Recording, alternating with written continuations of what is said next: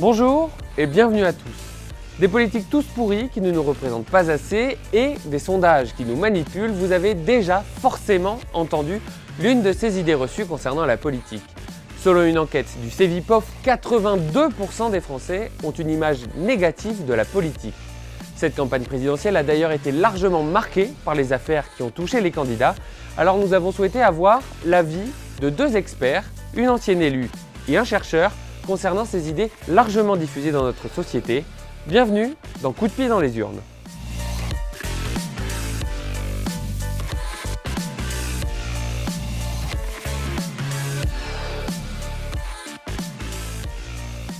Ce que j'ai beaucoup de mal à approuver, à supporter, enfin j'en sais rien, c'est les gens qui sont depuis 40 ans en politique, qui sont battus à des élections, qui recommencent, et ça recommence. Et on a toujours les mêmes. C'est effrayant, c'est effrayant. La politique est devenue une profession. On peut le déplorer à titre de citoyen, mais c'est une réalité d'observation sociologique. Ce que je dis n'est pas un jugement de valeur, c'est un jugement de fait. La politique s'est professionnalisée, à tous les niveaux. Et on comprend bien, y compris quand on voit ce qu'est l'agenda d'un vice-président de région, qui a un agenda qui ne lui permet pas d'avoir un autre métier par ailleurs, non plus que celui d'un maire d'une ville, petite ville de 20-25 000 habitants, c'est aujourd'hui un métier à plein temps. L'une des grandes caractéristiques de la Ve République, ça a été la montée en puissance des hauts fonctionnaires qui entrent en politique et qui occupent des fonctions majeures. Alors pourquoi est-ce qu'il y a beaucoup d'énarques en politique ? Tout simplement parce que c'est la grande école généraliste de gouvernance la plus appropriée par le programme de ce qu'on y apprend, avec le fait de tenir ensuite un discours politique. Et puis aussi beaucoup parce que les jeunes énarques vont en cabinet ministériel, les entourages du prince, et pour beaucoup d'entre eux redescendent ensuite dans les services administratifs ou trouvent de belles affectations dans des établissements publics dépendants de l'État. Mais d'autres aussi, ils prennent le virus de la politique s'ils ne l'avaient pas, et de cabinet ministériel, c'est-à-dire conseiller du prince dans l'ombre ou la demi-pénombre, sautent vers la politique électorale, où c'est leur bobine à eux qui est au soleil. Et vous avez cité le président Hollande, il est tout à fait représentatif de ça, comme son ancienne compagne Ségolène Royal. C'était tous les deux, très jeunes après leur sortie de l'ENA, des conseillers de François Mitterrand à l'Élysée, qui ont basculé vers la politique électorale et élective. Mais avant eux, il y en a eu d'autres. Monsieur Macron est la dernière version de la chose, et il apparaît, on nous le présente comme exceptionnel, mais Giscard d'Estaing et Jacques Chirac, pour prendre deux anciens présidents de la République de droite, ont eu exactement le même parcours, sortie ENA, et puis cabinet ministériel ou du Premier ministre très jeune, et puis conquête d'une circonscription de député, et puis très vite secrétaire d'État ou ministre. L'ENA est une école qui est principalement une école de classement, et que c'est une école où l'enjeu n'est pas la qualité de ce qu'on apprend, mais la manière dont on l'apprend, et l'art et la manière dont les personnes qui sortent ensuite de cette école, on ne peut pas dire les diplômés, puisqu'il n'y a pas de diplôme à l'ENA, donc les énarques, les anciens de l'ENA, se comporteront. Donc l'enjeu de cette école est plus comportemental. Le nombre d'énarques, pour parler comme ça, députés et sénateurs, sur les 577 députés et les 300 et quelques sénateurs, n'est pas si important que ça en pourcentage. En revanche, quand on forme un gouvernement, on constate que le filtrage de celles et ceux qui accèdent à un Marocain aboutit à avoir une proportion d'énarques très importante.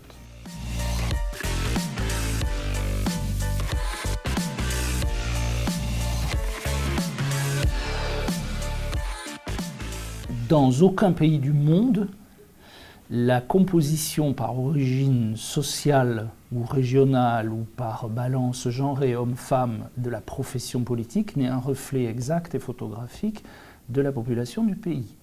Il y a toujours des distorsions, qu'on soit dans les dictatures, plus ou moins plutocratiques, ou qu'on soit en démocratie représentative. La seule manière d'avoir une représentation identique à l'identique serait de transformer la profession politique en un échantillon aléatoire que l'on tire au sort. Et même là, par l'effet du tirage au sort, il y aurait des biais. Donc, de toute façon, on peut le déplorer, mais là encore, c'est un jugement de réalité. La profession politique française, mais allemande, italienne, anglaise, c'est pareil, n'est pas le reflet de la composition sociologique de la population. Donc, ce qui est le problème, c'est l'inégalité des chances. Voilà. Et c'est le fait que les couches populaires, les personnes issues des classes, en particulier de ce qu'on appelait autrefois la classe ouvrière, ne sont plus représentées du tout dans le Parlement français depuis l'effondrement du Parti communiste. Aujourd'hui, effectivement, on a des hommes politiques issus des classes supérieures, des couches supérieures, des CSP supérieures, et des classes moyennes sup. Mais on n'a pas d'employés, mais on n'a pas non plus tellement de chefs d'entreprise. Par rapport à d'autres pays où il y en a beaucoup plus, par exemple le Royaume-Uni. Donc on a aussi des distorsions qui tiennent d'un pays à l'autre.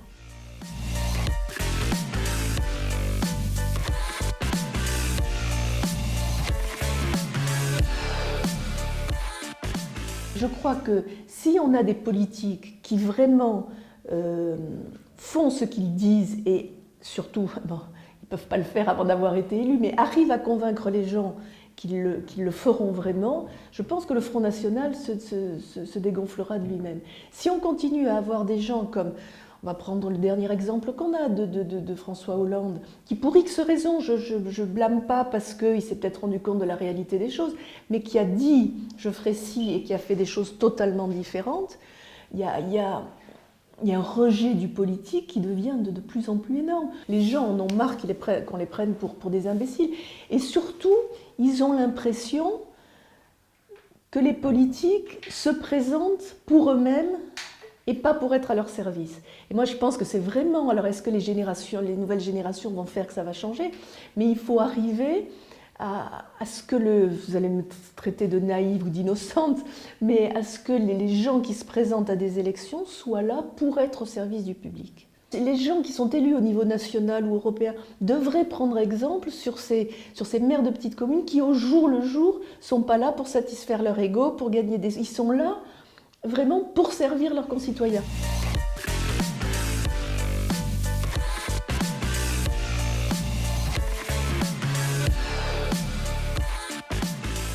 Pour être honnête, je ne pense pas qu'ils sont dégoûtés de la politique européenne parce qu'à une certaine époque, les députés français étaient moins présents. Ils sont tout simplement dégoûtés, comme ils le sont d'ailleurs de la politique française, entre parenthèses. Mais il y a eu plus d'abstention aux élections parce que l'Europe c'est loin, parce que l'Europe c'est compliqué et que les gens qui participent à l'Europe ne font rien pour essayer de rendre cette Europe compréhensible. Moi, j'ai eu un leitmotiv pendant mes mandats, c'est de rapprocher l'Europe des citoyens. Aujourd'hui, l'Europe telle qu'elle est ne me convient absolument pas, et il ne faut pas s'étonner qu'il y ait du résultat du Brexit en Angleterre, par exemple. Je pense qu'elle s'occupe de sujets mineurs qui cassent la vie, qui cassent les pieds aux gens dans leur vie quotidienne. C'est vrai que l'Europe est à l'origine de beaucoup de frustration, mais c'est ce que je dis souvent, c'est qu'on a la complexité administrative européenne qui se superpose à la complexité administrative française. Il y a d'autres pays où l'Europe est beaucoup, beaucoup mieux vécue. Donc l'Europe est une très, très belle idée, mais elle devrait se cantonner uniquement au sujet qu'un État, une région, une commune ne peut pas faire mieux elle-même.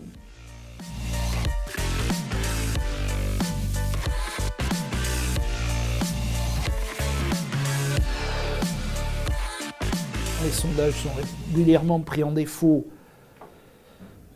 sans doute pas parce qu'ils se trompent, mais parce que l'opinion publique, dont on sait qu'elle n'existe pas, mais l'ensemble des mécanismes de cristallisation d'opinion faits dans la tête de centaines de milliers d'électeurs aboutit à ce que, en l'espace de 5 jours, c'est-à-dire si on avait refait les sondages le matin de la primaire de la droite et qu'on les avait publiés à midi, sans doute que ces sondages-là auraient donné le résultat que nous avons obtenu. Donc le problème sont les effets décalage, le temps, on réalise, on publie, bref. Donc, échec entre guillemets des sondages d'un côté en tant que dispositif prévisionnel, mais de l'autre, effectivement, soumission au verdict sondocratique d'un président qui effectivement considère qu'il ne peut même pas y aller et donc il n'y va pas. Si nous étions dans un pays sans sondage, ni vous, ni moi, ni François Hollande n'auraient su, dans les mois passés, que François Hollande était si impopulaire. Personne ne l'aurait su. Il a un taux d'impopularité assez incroyable. On le sort d'où, cette information? On le sait d'où? De nos discussions, oui, mais nos discussions, etc. Il n'y a pas d'effet agrégé. Si vous n'aviez pas de sondage, si nous n'avions pas de sondage, François Hollande aurait été candidat. Et personne, des hommes politiques sérieux, ne serait allé... Enfin, sérieux, je veux dire, à part les extrémistes, mais au sein du PS, personne ne serait allé contre lui, me semble-t-il. Donc oui, les sondages sont devenus partie intégrante de notre vie démocratique pour le pire, et je ne sais pas pour quel meilleur, mais voilà, et enfin nous vivons avec.